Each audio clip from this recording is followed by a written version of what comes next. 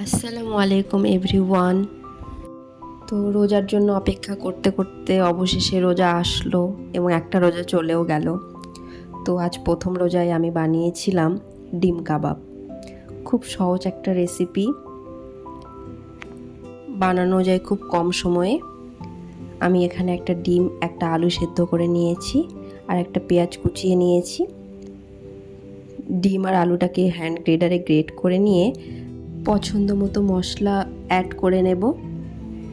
তো এখানে আমি শুধু কাঁচা লঙ্কা, শুকনো লঙ্কা আর একটু পরিমাণে লবণ দিয়েছি, দিয়ে ভালো করে সেটাকে মাখিয়ে নিয়েছি। এখানে অ্যাড করেছিলাম একটু চালের গুঁড়ো, আপনারা চাইলে কর্নফ্লাওয়ারও ইউজ করতে পারেন। তারপর সেটাকে হাতের সাহায্যে একটা শেপ দিয়ে তেলে ভেজে নিয়েছি।